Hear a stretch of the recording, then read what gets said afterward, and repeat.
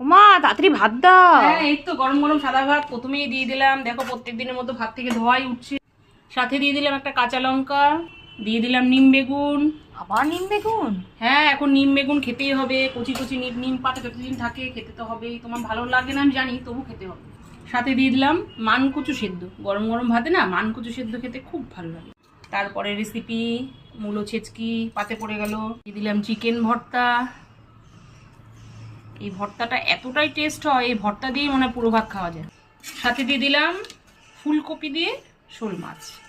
এই শীতকালে ফুলকপির সাথে শোল মাছ খেতে না খুব ভালো লাগে, আর সাথে যদি একটু ধনেপাতা থাকে, দেশি ধনেপাতা, কোনো কথা হবে না।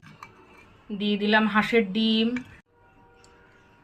কারি কারি করেছি ডিমটা আজকে। দিয়ে দিলাম চিকেন ভর্তা,